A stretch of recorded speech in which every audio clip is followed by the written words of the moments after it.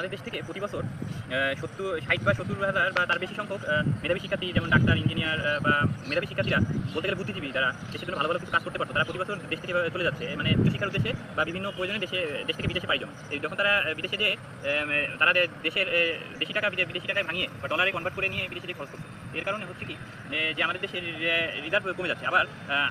আরেকটা পরিসংখ্যান দেখা গেছে যে বিশ্বের বিভিন্ন দেশে মেধাবী শিক্ষার্থীরা বা ডাক্তার, ইঞ্জিনিয়ার আমাদের দেশে এসে কাজ করছে এবং কাজ করে আমাদের দেশের রিজার্ভের যে অর্থ থাকে তারা সেগুলো রেমিটেন্স হিসাবে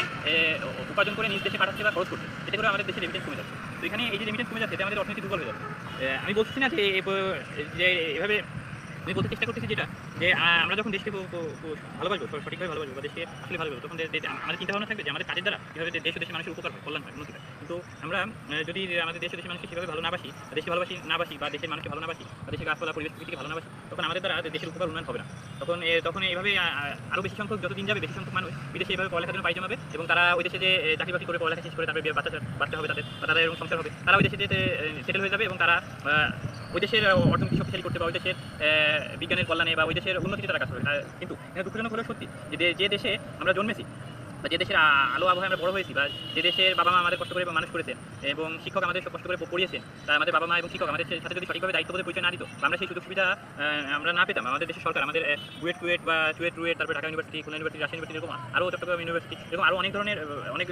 বিশ্ববিদ্যালয় থেকে প্রতি বছর এভাবে মেধাবী বাচ্চারা বিদেশে যে পড়ালেখা করছে, কিন্তু পড়ালেখা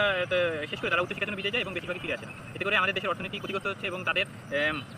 যে মেধাতে আমাদের দেশ উন্নত হওয়ার কথা তাদের মেধা আমাদের দেশের উন্নয়নে কাজে লাগছে না। তারপরে তারা এবং ওই দেশে যে তারা একসময় এভাবে আমাদের দেশে বিভিন্ন ইতিহাসে দেখা যায় যে এফআর খান একজন অনেক বড় মাপের আর্কিটেক্ট ছিলেন। এফআর খান তিনি আমেরিকায় যে একটা মাধ্যমে আমি জানতে পেরেছি যে আমেরিকায় যে উনি পড়ালেখার উদ্দেশ্যে বা যে কোনো একটা প্রয়োজনে গিয়েছিলেন, আমেরিকায় যে সেটেল হয়ে গেছিলেন উনি এখানে, এবং ওইখানে যে উনি সুউচ্চ যে টাওয়ারগুলো আমরা দেখি না, বড় বড় বিল্ডিং থাকে, দালান কোঠা থাকে, যেমন সুউচ্চ এরকম বিল্ডিংয়ের একটা নকশা উনি তৈরি করেছিলেন এবং তার জন্য আমেরিকানরা তাকে এখনো মনে রাখছে, তারা শ্রদ্ধা করে বা তারই সুউচ্চ বড় বড় বিল্ডিংয়ের ধারণা থেকে আমেরিকা বা বিশ্বের অন্যান্য দেশে অনেক ধরনের বিল্ডিং তৈরি করেছে। এই কতটুকু সত্যি যাই না, কিন্তু যেটাই হোক এখন ভেবে দেখুন তো এরকম এফআর খানের মতো আরও কত মেধাবী শিক্ষার্থী বা গবেষক ডাক্তার এরা বিদেশে যে পড়ালেখার উদ্দেশ্যে যাচ্ছে, চাকরি বাকরি করছে, সন্তান জন্ম দিচ্ছে, তারপরে তারা ওই দেশে বসবাস করছে, ওই দেশের উন্নয়নে, ওই দেশের অর্থনীতির উন্নয়নে, ওই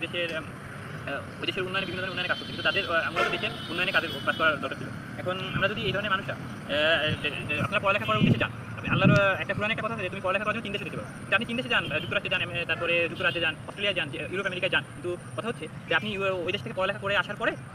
আপনি যদি দেশে ফিরে আসতেন তাহলে আপনার মেধা ও কাজের দ্বারা আমাদের দেশ উন্নত হতে পারত। আমাদের দেশে অনেক ধরনের সমস্যা রয়েছে, সেগুলো তো সমাধান করতে হবে। আমাদের বাংলাদেশে যত মানুষ আছে বিভিন্ন শ্রেণী পেশার মানুষ যার অবস্থান থেকে সেগুলো সমাধান করার চেষ্টা করে। কিন্তু আমরা যদি বিদেশে যে পড়ে থাকি, পড়ালেখার উদ্দেশ্যে গেলাম, ওই দেশে যে সেটেল হয়ে গেলাম, আমাদের কর্মের দ্বারা আবার এখান থেকে মেধা পাচার হচ্ছে, এর কারণে আবার বিভিন্ন ধরনের অর্থ পাচার হচ্ছে, তারপরে আরও ধরনের দুর্নীতি রয়েছে। এইসব সমস্যা